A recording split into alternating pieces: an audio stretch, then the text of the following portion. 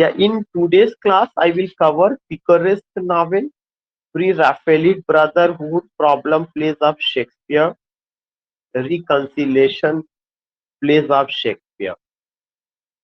Here, I would like to tell you that when I talk about picaresque novel is the, you can say, it's the form.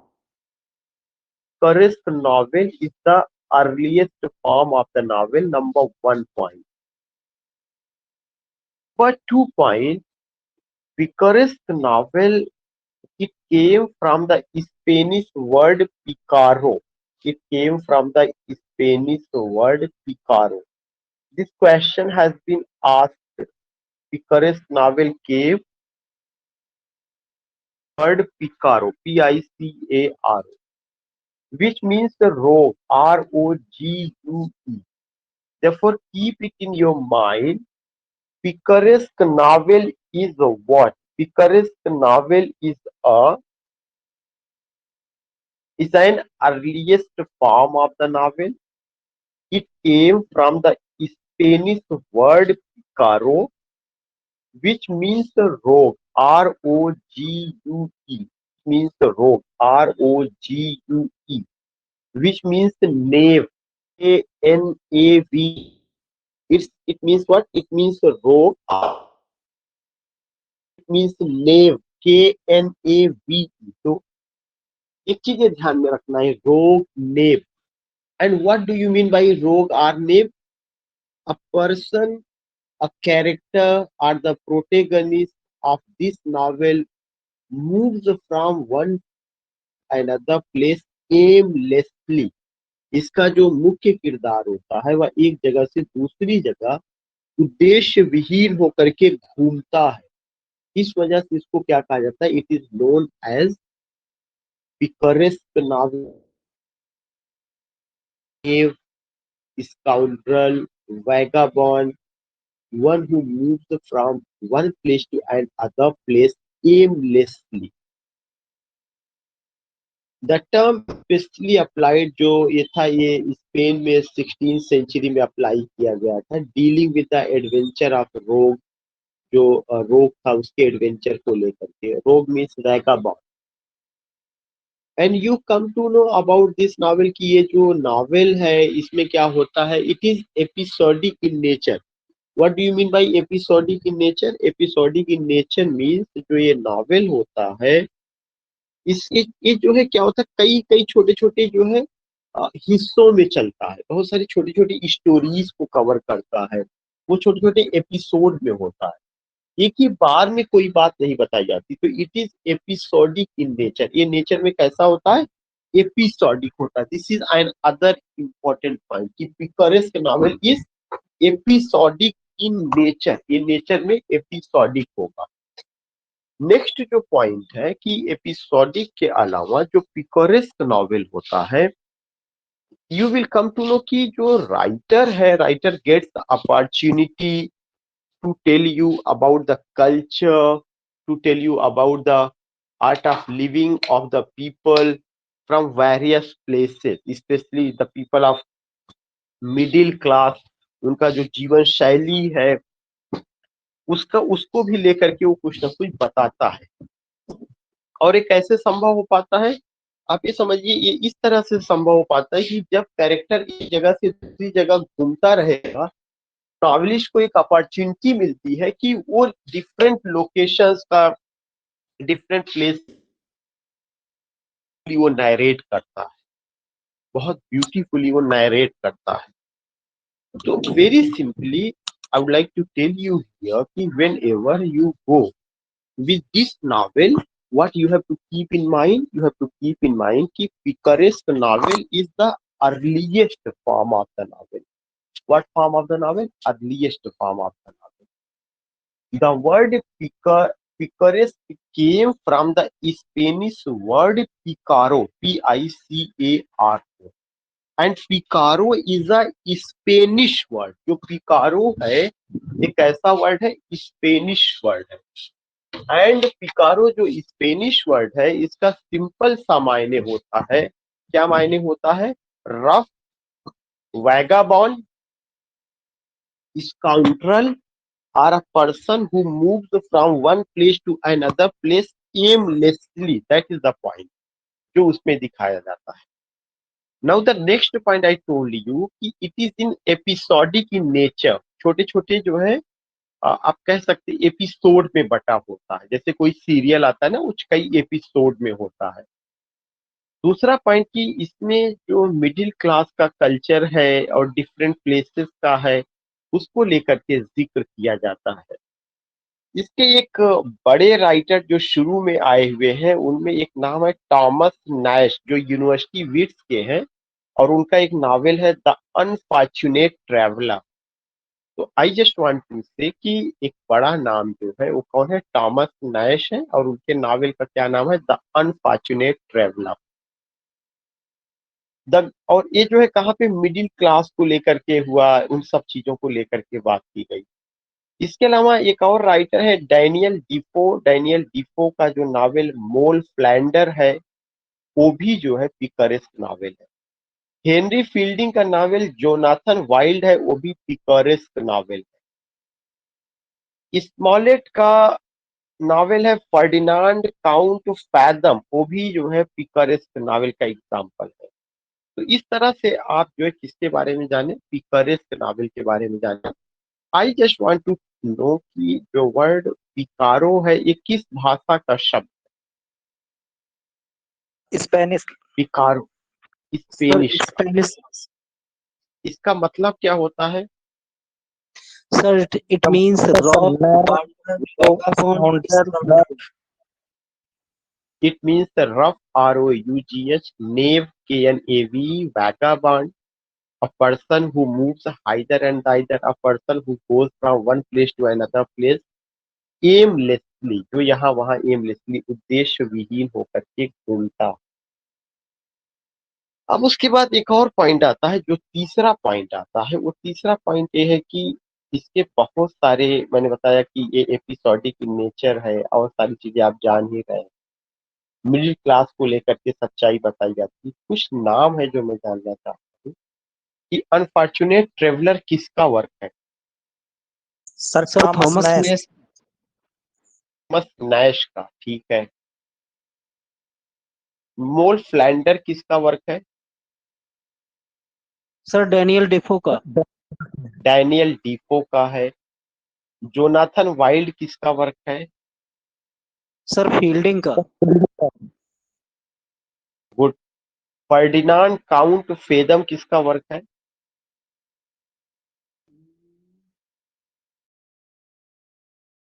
Smollett का. Sir Smollett.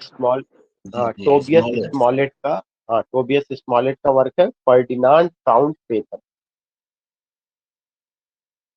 Then the next word is the pre-Raphaelite brotherhood. तो pre-Raphaelite brotherhood है, ये एक तरह का movement था, और यह जो मूवमेंट था पेंटर्स का मूवमेंट था, पोएट्स का मूवमेंट था, जो 1850 ईस्वी में जो है क्या हुआ था, शुरू हुआ था. और ये जो प्री रैफेलिट मूवमेंट है 1850, तो इसमें दे रहे हैं कि नियर अबाउट, लेकिन उसका जो एग्जैक्ट डेट है वो 1848 है. ये 1848 की जो डेट है, दो चीजों के लिए इम्पोर्टेंट है. एक तो आपका किस चीज के लिए इम्पोर्टेंट है, प्री राफेलाइट ब्रदरहुड के लिए. दूसरा किस चीज के लिए इम्पोर्टेंट है, ये जो आपका 1848 में जो ये शुरू हुआ था, इसमें अगर आप देखेंगे तो दो इम्पोर्टेंट पॉइंट आता है. इसी समय मार्क्सिज्म भी इसी डेट में आया हुआ है. और जो प्री राफेलाइट ब्रदरहुड है, ये ग्रुप ऑफ पेंटर्स और पोएट्स था, जिसमें ज्यादातर पेंटिंग की क्वालिटी पोइट्री में लाई गई थी. और पोएट ऐसा लगता था कि they have adopted the style of the painter, and whatever the poem they write in the pattern of painting. They write in the pattern of painting. और पेंटिंग के पैटर्न में क्या होता है, उसमें डिस्क्रिप्शन होता है, या समथिंग आप कह सकते हैं शोइंग होता है. समथिंग यू कैन से कि वर्ड डिस्क्रिप्शन है, शोइंग है, या इफ आई से द वर्ड विजुअलाइजेशन. चीजों को बहुत विजुअली वो चीजें क्लियर नजर आना चाहिए। और इसमें ऐसा लगता था कि जो भी पोएट्स उन्होंने जो पोयम लिखा या उस पोयम में जो कैरेक्टर्स को बताया, they all are the living creature like us. तो विजुअलाइजेशन था, विजुअलाइजेशन है, पिक्चरिस्क, या आप कह सकते हैं कि उनका appearance, all these things we see. Next point what you have to remember, इनका जो सेटिंग था, ज्यादातर इन्होंने जो पोयम लिखा वो लिरिक था, बैलड था, और फ्लेश एंड ब्लड जैसे कैरेक्टर, लिविंग कैरेक्टर्स को लेके, कभी फेरी सुपर नेचुरल कैरेक्टर्स को लेकर के, और विक्टोरियन एज में ये चीज आता है। तो विक्टोरियन एज में पोयम में एक नई धारा भी आपको देखने को मिलेगी, पोइट्री की एक नई धारा देखने को। और इसके जो बड़े लोग हैं, दांते गैब्रियल रॉसेटी थे, और क्रिस्टीना रॉसेटी थी, जॉन मिलियास रहे हैं, हालमैन हंट रहे हैं, अल्दिस विलियम मॉरिस रहे हैं। तो हमें सबसे पहले ये समझना चाहिए कि इसको प्री राफेलाइट क्यों कहा। राफेल एक पेंटर का नाम है जो इटालियन पेंटर थे, 14 सेंचुरी में, इटालियन रिनेसांस के समय के थे। और उनसे पहले, राफेल से पहले पेंटिंग में जो स्टाइल थी वो द मिडिल एजेस की स्टाइल थी। तो उस स्टाइल का, जो पेंटिंग का वो स्टाइल था, उस चीज को प्री राफेलाइट पोयट्स ने या ब्रदरहुड ने अपने पोयम में एडॉप्ट किया।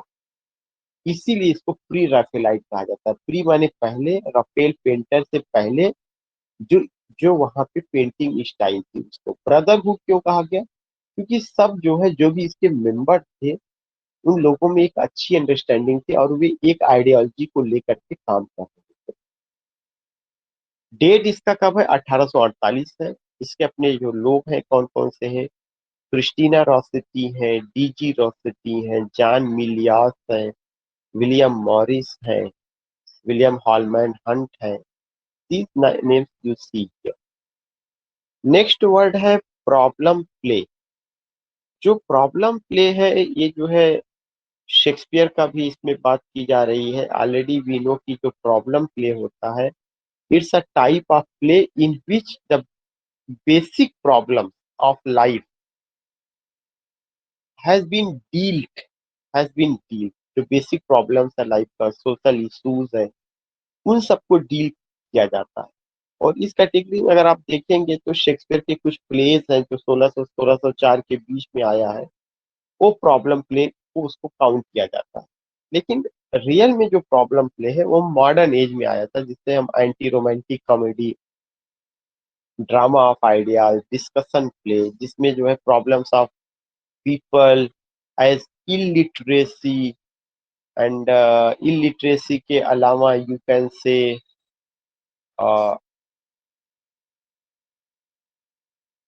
प्रोस्टिट्यूशन, एजुकेशन का प्रॉब्लम, स्लम एरिया का प्रॉब्लम, और तमाम इश्यूज रहे हैं जिसको लेकर के वॉर, लव का प्रॉब्लम, इन सब चीजों को डील किया गया है। जिसके एक बड़ा नाम जो है डोमेस्टिक वायलेंस को भी लेकर के जिक्र किया गया है, राइट टू वुमन का लेकर के जिक्र किया गया है। तो जो प्रॉब्लम प्ले था वो illiteracy, class struggle, love, war, education system, dowry system, poverty, और इकोनॉमिक क्राइसिस, या conflict between factory owner and factory workers, उन सबको लेकर के बात की जाती है। देन यू सी कि शेक्सपियर का जो प्ले है उसमें ट्रायलस एंड क्रेसिडा है, ऑल्स वेल दैट एंड्स वेल है, एंड मीजर फॉर मीजर। ये तीन उनके प्रॉब्लम प्ले हैं। यहाँ पे हैमलेट को भी जिक्र किया गया है। हैमलेट में कुछ बेसिक प्रॉब्लम, लेकिन Hamlet is a pure tragedy, हम उसे प्रॉब्लम प्ले की कैटेगरी में नहीं रखेंगे। लेकिन ये तीन है, जो ट्रायलस एंड क्रेसिडा है, all well that ends well है, measure for measure, you have to just take these place in problem place का category. So I just want to know the name of Shakespeare's plays which come in the category of problem plays. Sir Troilus and Cressida है, all is well that ends well है, measure for measure है। Okay, measure for measure, Troilus and Cressida, all's well that ends good.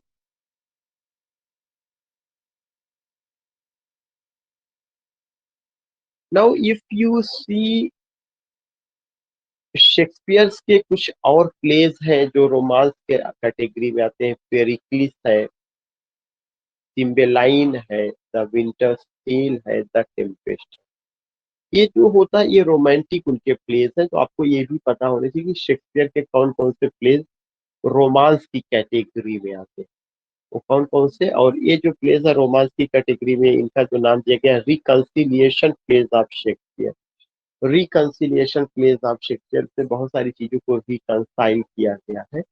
A term used by some modern critics to express the character of Shakespeare last four plays।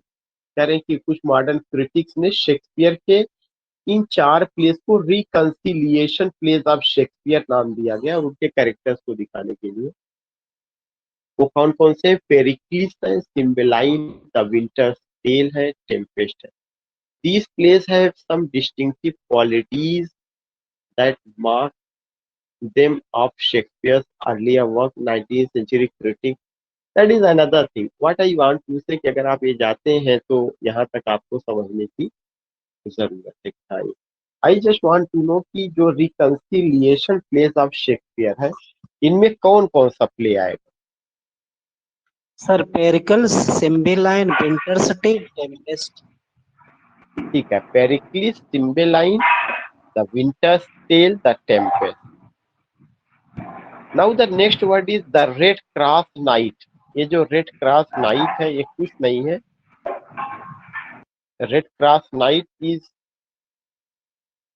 एक central figure है। किसमें central figure है? Book first of Spencer के फेरी queen में। Spencer का जो फेरी queen है ये एक एपिक मैनर में लिखा गया है। 6 किताबों में है, वैसे 7 किताबों में लिखी गई थी, लेकिन 7वीं किलकॉलमन नाम की जगह पे जल जाती है और 6 किताबें अस्तित्व में है। तो जो बुक फर्स्ट है उसमें एक कैरेक्टर का नाम है red Cross night, the Red Cross Knight. ये जो कैरेक्टर है ये हॉलीनेस को रिप्रेजेंट करता है। Holiness of the church of England को रिप्रेजेंट करते हैं।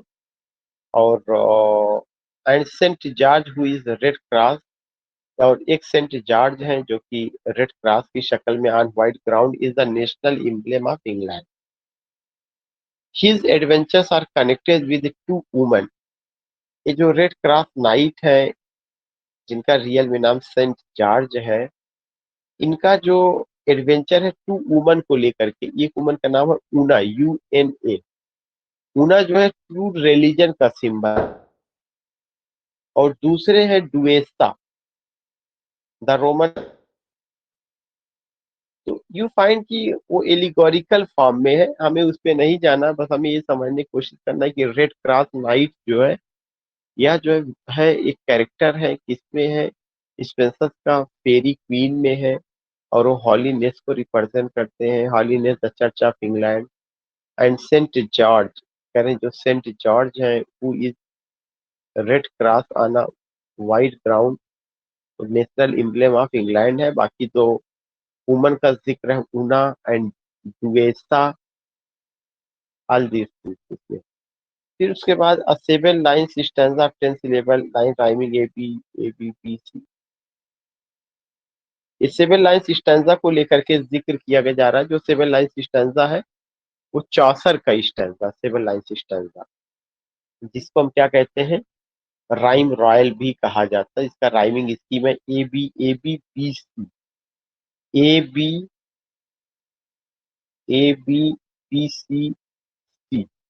It was first used in England by Chaucer in his Complaint unto Unity, and it is the stanza of his Troilus and Cressida। तो ये कोई इसमें बड़ा चीज नहीं, चासरियन स्टैंजा बताया जा चुका है। Shakespeare used this measure in his Lucrece, but it is mainly a medieval stanza। It is called royal, यानी राइम रॉयल। क्यों? चूंकि जेम्स फर्स्ट ने भी इसका यूज किया हुआ है। तो एक तो आपको यहाँ पे मिला, क्या मिला? रेड क्रॉस नाइट मिला।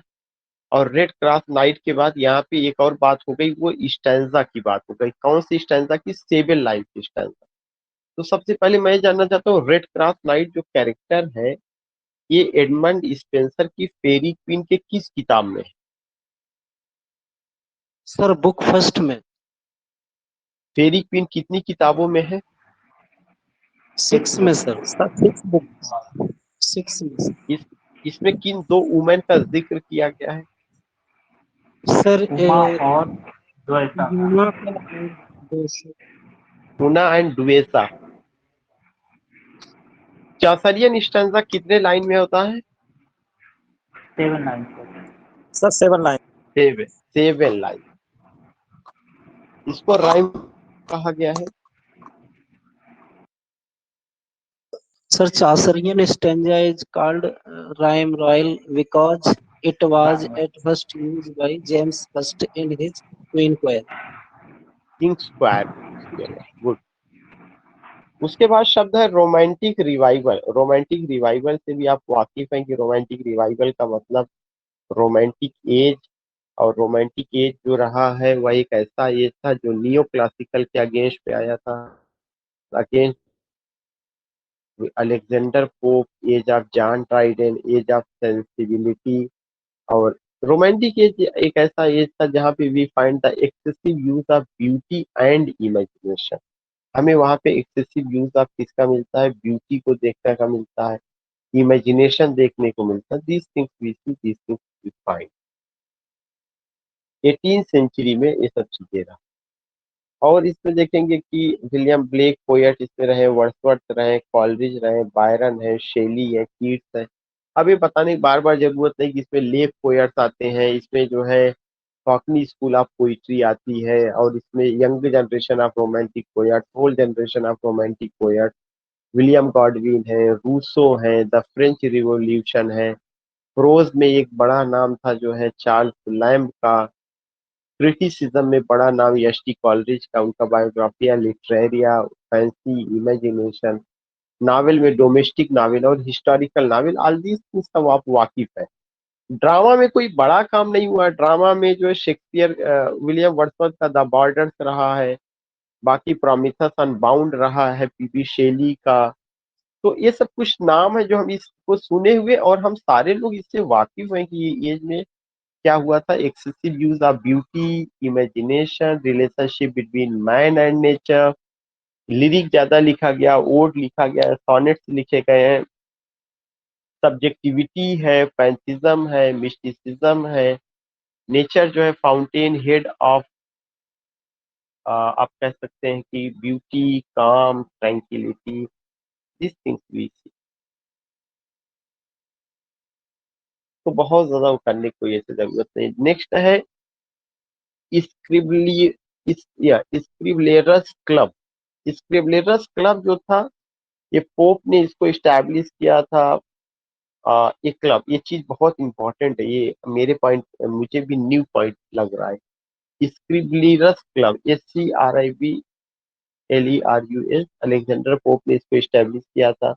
इसमें जो और लोग थे, जोनाथन स्विफ्ट थे, थॉमस ग्रे हैं, पामेल है, कांग्रीव है, अर्बथनॉट है, एटरबरी है, लॉर्ड ऑक्सफोर्ड है। ट्राई टू अंडरस्टैंड कि जो स्क्रबल स्क्रिबलिरस क्लब है, स्क्रिबलिरस क्लब, ये जो स्क्रिबलिरस क्लब है, इसको पोप ने इस्टेब्लिश किया। उनके दोस्त जोनाथन स्विफ्ट, गे, पार्नल, कांग्रीव, अर्बथनॉट, अटबेरी, लॉर्ड ऑक्सफोर्ड, ये सब थे। और इसका एम था जो है सैटिराइज करना, फॉल्स टेस्ट को, गलत चीजों पर जो है व्यंग करना, दिस। और इसमें कुछ फिक्शनल कैरेक्टर्स भी हम देख सकते हैं। जर्मन स्कॉलर मार्टिनस स्क्रिबलरस से the club was found in, कह रहे हैं कि ये जो है एक तरह से disguise of the memories of a fictional German scholar. इसका नाम जो है एक जर्मन स्कॉलर के नाम पर रखा गया था, लेकिन वो कोई रियल कैरेक्टर नहीं थे बल्कि काल्पनिक कैरेक्टर थे। उनका क्या नाम था? Martinus Scriblerus. The club was formed in 1713। एक क्लब जो है 1713 में, और जर्मन स्कॉलर का नाम Martinez scribblers, and they were published in Pope's works in 1741. Pope sometimes used scribblers as a pen name. करें जो पोप है वो यूज करते हैं स्क्रिबलिनस को पेन नेम के रूप में। So did the poet George crab, और यही काम जो है पोएट जॉर्ज क्रैब ने किया। सीनेकन ट्रेजिडी, सीनेकन ट्रेजिडी जो है एक तरह का ट्रेजिडी है जो रोमन ड्रामेटिस्ट सेनेका ने लिखा हुआ था, और इसको एलिजाबेथन राइटर्स ने फॉलो किया, जैसे थॉमस किड ने फॉलो किया, चैपमैन ने फॉलो किया, मार्स्टर ने फॉलो किया, वेबस्टर ने फॉलो किया, शेक्सपियर ने फॉलो किया। ये 5 एक्ट में डिवाइड किया गया था। लॉन्ग और फॉर्मल स्पीच इसमें होती है। सेंसेशन इसका एक बहुत इंपॉर्टेंट पॉइंट है। और जो सेनेकन ट्रेजेडीज रही है जैसे मीडिया है, अगामेम्नान है, थिएस्टा है, इडिपस है, ये सब उसका रहा।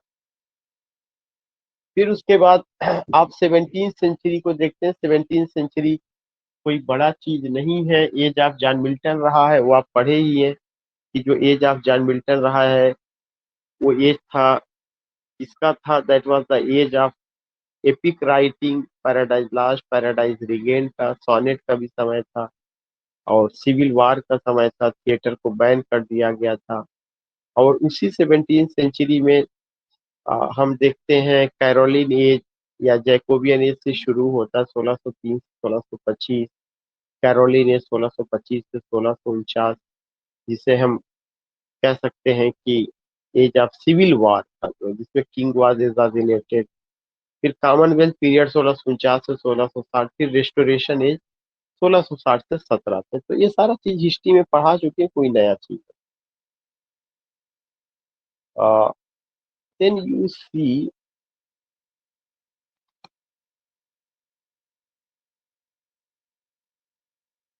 Spenserian stanza. जो स्पेंसरियन स्टैंजा है ये आपका 9 लाइन्स स्टैंजा है, ये आपको पहले ही मैंने बताया था।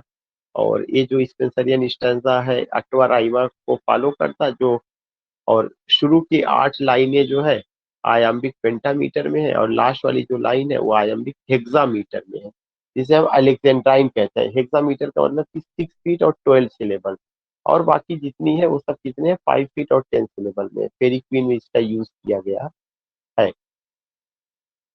It consist of 8 lines. 8 lines जो है आपका इसमें रहेगा पेंटामीटर में रहेगा, बाकी जो 9 लाइन्स है वो अलेक्जेंड्राइन या हेक्सामीटर। इसका जो राइम स्कीम है ए बी बी सी सी करके ये दिया गया है। बाकी और जिन लोगों ने इसका यूज किया है स्पेंसर के अलावा, गाइल्स एंड फिनियास फ्लेचर, उन्होंने और भी जिस तरह से है द कैसल ऑफ इंडोलेंस में इसको यूज किया गया है। ये सारा चीज हम यहाँ पे देख रहे हैं। स्प्रंग रिदम जो है ये कॉन्सेप्ट है, sprung rhythm Gerard Manley Hopkins का कॉन्सेप्ट है, और एक ऐसा टर्म है जहाँ पे मास्कुलिन सिलेबल का यूज किया जाता है। A term used by the poet Gerard Manley Hopkins to denote the method by which his words is to be scanned. His theory of sprung rhythm is complicated perhaps because he felt he had to justify himself to rather academic metricists like his friend Robert Bridge. In sprung rhythm, the number of stresses in each line is irregular. कह रहे हैं कि इसमें जो stress syllable होता वो regular होता, but they do not आकर at regular interval, not do the lines have a uniform number of syllable. तो जो स्प्रंग रिदम है उसमें सबसे इम्पोर्टेंट चीज है कि इसका जो सिलेबल होता है वो रेगुलर होता है। In sprung rhythm the number stresses in each line is regular, वो रेगुलर होता है। इसका खोज किसने किया था? आपके जीएम हाफिज ने, जिराड मैनले हाफिज ने किया था। तो these things we find. Next है स्ट्रीम ऑफ कॉन्शसनेस टेक्निक। है मैं आपको पहले ही बता चुका हूँ कि विलियम जेम्स का है, उनकी किताब प्रिंसिपल्स ऑफ साइकोलॉजी में आई हुई है, और ये अनब्रोकन फ्लो ऑफ आइडियाज को रिप्रेजेंट करता है। इसको कुछ और भी राइटर्स ने नावल में लाया है, वर्जीनिया वुल्फ ने, जेम्स जॉयस ने, हेनरी जेम्स ने। और एक तरह का जो है किसी भी कैरेक्टर का माइंड में क्या चल रहा है उसको जानने का सबसे बेहतरीन तरीका होता है। सिंबोलिज्म एक मूवमेंट था जो फ्रांस से शुरू हुआ, और इंग्लैंड में पूरे यूरोप में फैला। इसमें एक नाम है बॉडलेयर का, एक नाम है वर्लेन का, और एक नाम है रिचर्ड वैगनर का जो ड्रामेटिस्ट है, एलन पो है, एडगर एलन पो है, स्टीफन मैलार्प है, ये सब चीजें थी। ये जो है पोइट्री में भी आया, पोयम में भी आया है। We see this thing, specially poem में T S Eliot, W B Yeats, सब बड़े नाम है जिन्होंने सिंबलिस्ट मूवमेंट को फॉलो किया। एजरा पाउंड, टी ह्यूम, ये सारे लोग। और जो सिंबलिज्म मूवमेंट है, इसमें एक चीज हो गया कि ये मूवमेंट के थ्रू जो है, मतलब सिंबल्स का यूज करके आप अपनी बात रखिए, जो अपनी बात कहिए। तो जब आप सिंबल्स का यूज करते हैं तो चीजें जो है, कम्युनिकेट करने का तरीका काफी इफेक्टिव हो जाता है। कम शब्दों में आप बहुत सारी बातें कहते हैं। कुछ ऐसी चीजें होती जो आदमी डायरेक्टली नहीं कह पाता, वो सिंबल के थ्रू प्रेजेंट करने की कोशिश करता है। तो दिस थिंग्स वी फाइंड। तो बाकी द फ्रेंच सिंबलिस्ट वगैरह दिया, टी एस एलियट का नाम, डब्ल्यू बी येट्स का नाम दिया है।